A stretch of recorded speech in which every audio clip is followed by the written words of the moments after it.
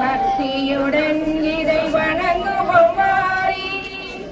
பாரத தேவியின் மணிக்கொடி பாரி பக்தியுடன் இதை வணங்குவோம் வாரி. வீரர்கள் உடல் பொருள் ஆவியும் கொடுத்து தீரமாயடி சிறை அனைத்தையும் கொடுத்து.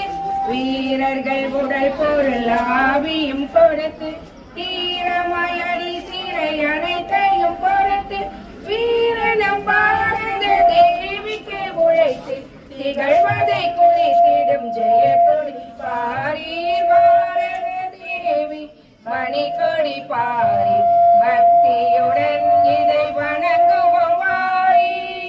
பல வளமுலதன குறித்திடும் பச்சை பரிசு